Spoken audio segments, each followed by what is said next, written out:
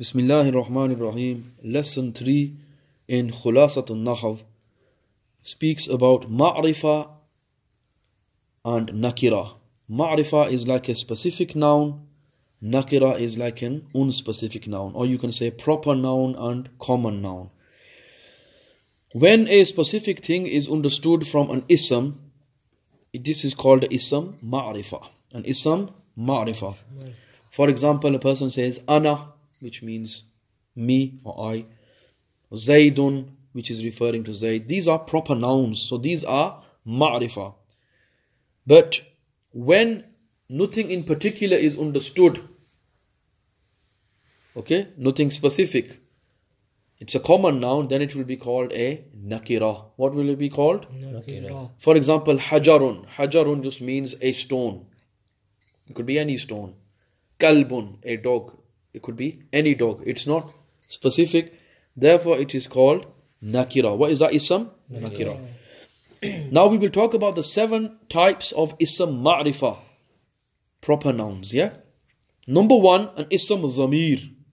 An ism dhamir is that noun which donates upon the first person, the second person, or the third person. How? It could denote on the first person the mutakallim. The first person is known as mutakallim, the speaker. For example, when you say, look, ana. Ana meaning I. Or a person can say nahnu. Nahnu meaning we. Or it could donate upon the second person who is hazir. The second person who is hazir or mukhatab. What would that be? For example, when you say anta. Anta, yeah? Which means you. So first was I and we would be first person. You or you lot. It could be antum. Yeah? There's different types you'll learn later. This is what? Second person. Or it could be a third person which is absent, which is ghaib. For example, they, them. Do you get it? Because when you say I or we, it is first. You or you lot is second person, which is still present. And the third person is the one who is absent. How do you say then? You might say he, huwa. How would you say she in Arabic? Hiya. She, yeah? And then how could you say like, you could say them, like them guys, yeah? Hum. Or them women, hunna. Like, do you understand? So these are known as ism zamir. These are ism which are known as zamir, nouns, okay? Which denote the first person, second person, or the third person. So this is one type of ism which is ma'rifa. It will be ism. Second type, and also another thing you need to mention and learn here is, these are known as the ism zamir, which are muzmar. And the rest of the asma, rest of the nouns are called ism zahir, or they are known as muzhar. Okay? Those which are apparent, clear nouns. Number 2, ism alam. An ism which is known as an alam is a name. Any noun which is about a name, it is going to be ma'rifa. It is going to be a proper noun. Okay? For example, the name of a place, Makkah, Bakrun, etc. Yeah? Number 3, the ism which is used for ishara, for indication, pointing. Ism ishara could be like hada. Hada means this. Or you could have dhalika. Dhalika means that. So these are referring to ishara. What are they referring to? Ishara. And this hada means this one. Like when you talk about a male. Hadani would mean these two, which are referring to males. Haulai, these lot, 3 or more. Yeah? Hadihi would mean this one, referring to a female. Hatani, these two, referring to females. And what would haulai mean? These lot, referring to females. Do you understand? So this is what? Ism ishara. What is it? Ism? Ishara. Ism ishara. And this ishara is also one of the types of ism ma'rifa. Number 4, ism mawsool. What is number 4? Ism mawsool. This is the ism which like connects, yeah, which links. For example, when it's mentioned here, alladhi. Alladhi is like those, like him, the one who, the one which is like this, yeah? Then he describes them, stuff like, words like Alladhi, him, who is, when you're talking about one man, Alladhani when you're talking about two males, Alladhina when you're talking about three or more males. Then Allati, Allatani, Allawati when you're talking about one female, two females, or three or more females. That is Ism Mawsul. That is also Ism Ma'rifah. Number 5, a Mu'arraf bil Lam. That Ism which has Alif Lam on it. Any noun which has Alif Lam on it, what does it become? Ism Ma'rifah. What does it become? Ism Ma'rifah. For example, you've got Qalamun. Qalamun means a pen.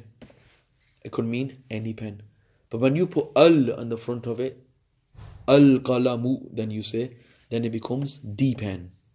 Look, Kitabun.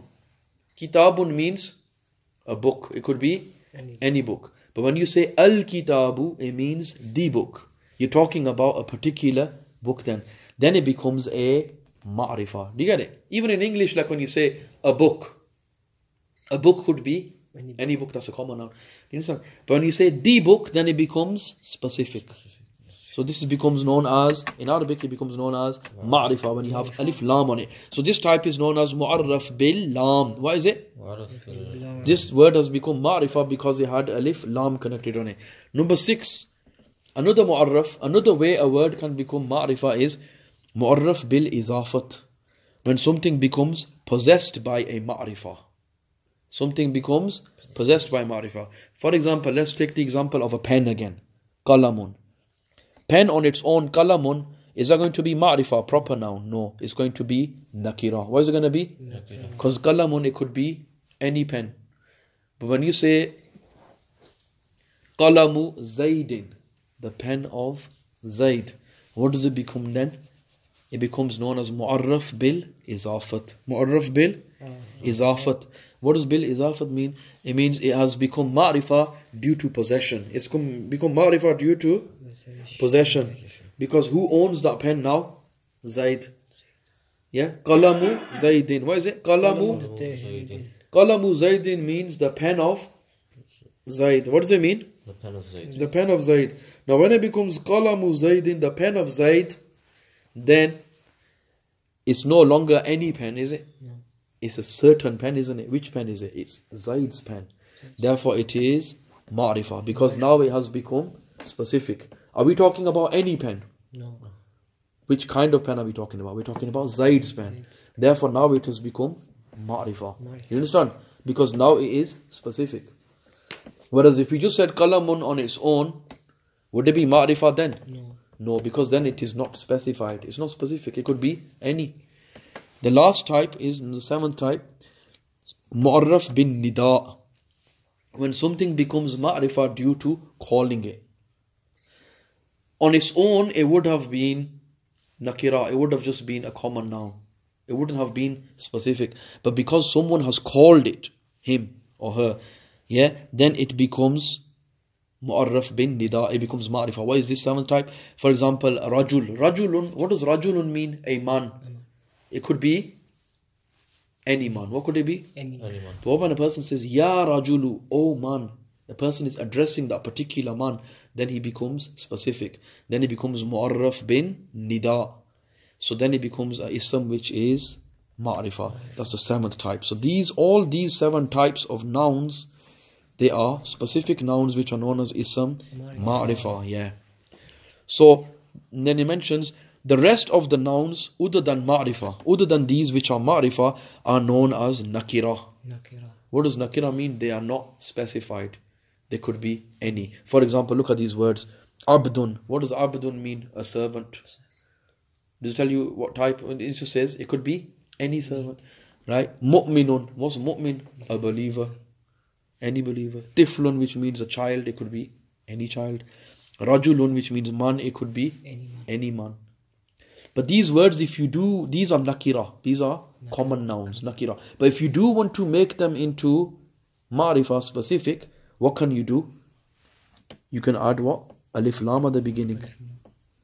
Then they will become ma'rifah. They'll become proper, yeah? Or you can do mu'arraf bil izafat if they are owned by someone.